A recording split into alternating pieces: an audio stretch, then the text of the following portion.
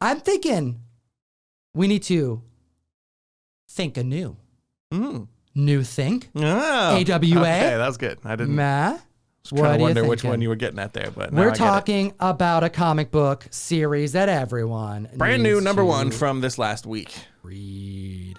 Let's do it. Butch wants to read it. NewThink number one, AWA 2022 release. There's only one book that is out, and we have a creative team that is powerful. Ryan, hit him with it.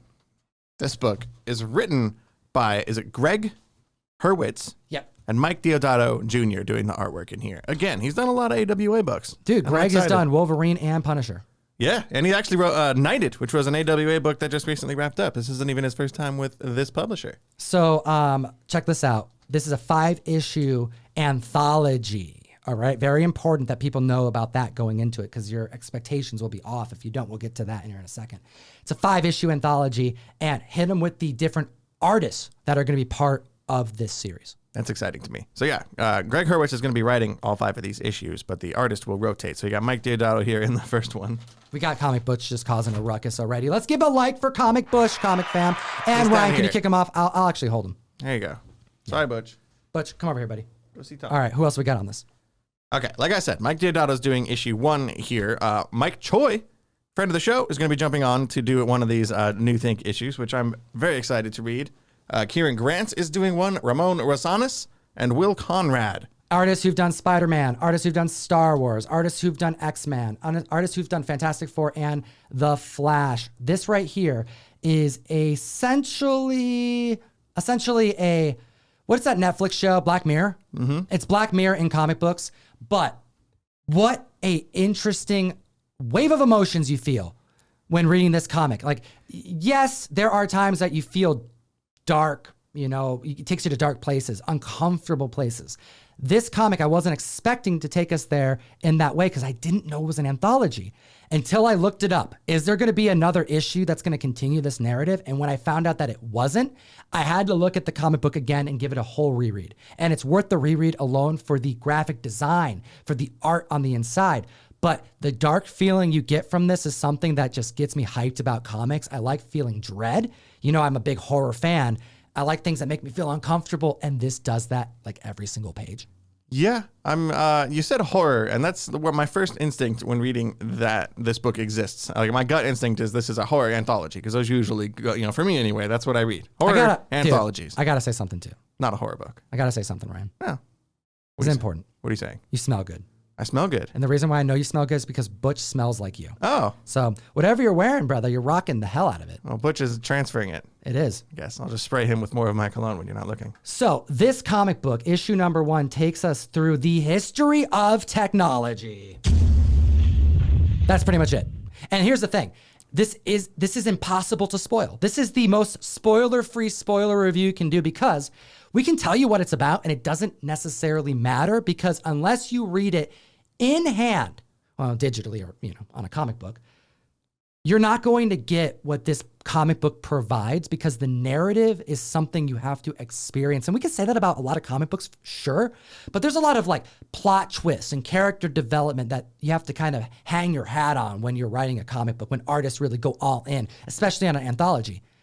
Ryan, you pointed out something amazing. There is no characters in this. There's no lead character. There's no antagonist per se, arguably. Sure. It's hard to spoil because it's effectively like a history lesson, a modern history lesson of technology and screens. And I would actually recommend reading this book digitally. Normally, I don't recommend one way or the other, but I think I first read this book digitally.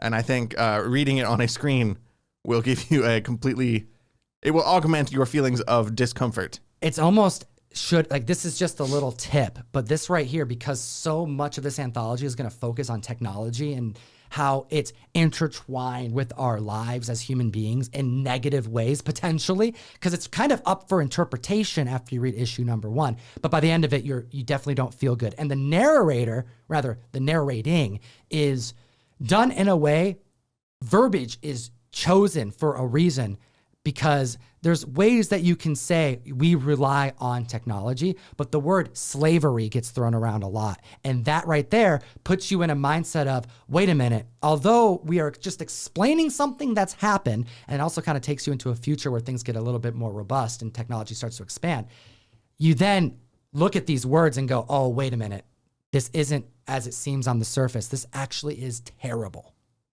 Yeah, you got to show more pictures from in here too. Okay, the overall layouts and the panel design here is exciting. It's the growth of the screens. The screens are discussed in a way. They're technically the villain of this issue, and there's screens with a K, a screen. As if they're sentient. Right, the a different screens organism. were born, Yeah. and then the screens expanded.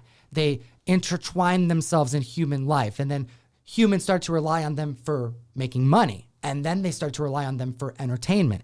And then all of a sudden now you're going into like the Wall-E aspect of, well, now they are literally relying on this for everything. And then it goes into combining humans with technology, specifically, biology, et cetera. Evolution. Yeah, I mean, it starts off with big clunky computers, and it kind of follows the proliferation and the evolution of computers into sleeker and sleeker models of computers. And then they started talking to each other via the internet. And then they started reproducing and getting smaller and smaller to stuff that we can use in our pockets. What we're looking at right now is part of the history of screens in this short narrative. And we are looking at a father who is sitting at a computer with his family in the background, ignoring his family at dinner, what it looks like. And then an immediate panel after where his family is like gone to bed, but he is still there. No, that's him he's not even at home anymore. He's at work. Excuse me. He's at work. Work and his home life is, they're showing parallels. That's actually the correct way to put it. Him sitting at a computer, the exact You're same right, pose. different background. Right, he's doing the same thing in two different places. His whole life revolves around working at a computer screen. Right. What does it say here? Right. A worker's life now consisted largely of spending time with the screen on his domestic altar at home with his family in the background being neglected, and then spending time with another screen at his workplace altar. So they throw the word altar around a lot here to kind of... That's the word we're talking about. They're worshiping at an altar to like gods and their slaves and masters, and it puts a little spin on our relationship with screens and technology throughout the years, and it's not wrong. So on one hand, this is definitely just like almost like a documentary, just the evolution of computing and its relationship with humans at the end of the 20th century. But on the other hand, it's got this kind of creepy narration going on in the background, telling it from the other side of it, from the screen's perspective and their slow infiltration into our society. Infiltration is a good way to put it because it is like a takeover. This right here is the start of a comic where you feel like by the end of it, if this was going to be a continuation, a non-anthology, that there would be something that takes place that starts a narrative. That's not what you get here. This right here is just an experience, open, shut, one comic book, and it's going to make you feel some ways, and you're going to like it. If you enjoy feeling, that dark, it's kind of like that dark existential realism type of I know we feeling. talk about these movies like every show, but like Hereditary or Midsommar even, the beginning of those movies dealing with like loss and grief trauma, and depression and like not necessarily horror movie feelings, but discomfort and like the ability of a work of art to kind of make you feel kind of gross and a little sketched out and creeped out, and I don't know. It's I like it. I like it a lot. This is a good book. Okay, last thing that I need to ask, the creative team and or the community, are you reading this comic? Are you reading any other AWA comics? Because this is one of those situations where they're, in my book, just a publishing company that I don't need to be sold a synopsis anymore. My favorite publisher. Anything they do, I put on my pull list. It's just out of the park every single time. They have a very high standard for their comic book writing. And as you've seen in a lot of these panels, they have members who are skilled with graphic design, like beyond the art, the panel placements, it's unique.